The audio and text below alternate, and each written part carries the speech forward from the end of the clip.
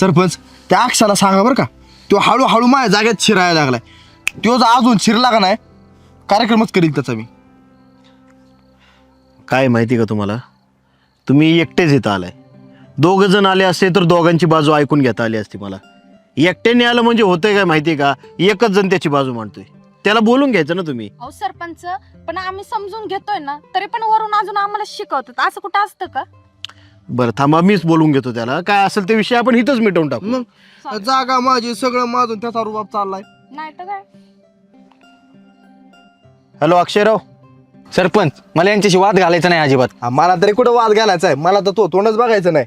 बघा सरपंच, हे असं बोलतात. अरे तुम्ही दोघं जरा शांत बसा. बोलायचं नाही, तोंड बघायचं नाही. शेजारी राहताय तुम्ही.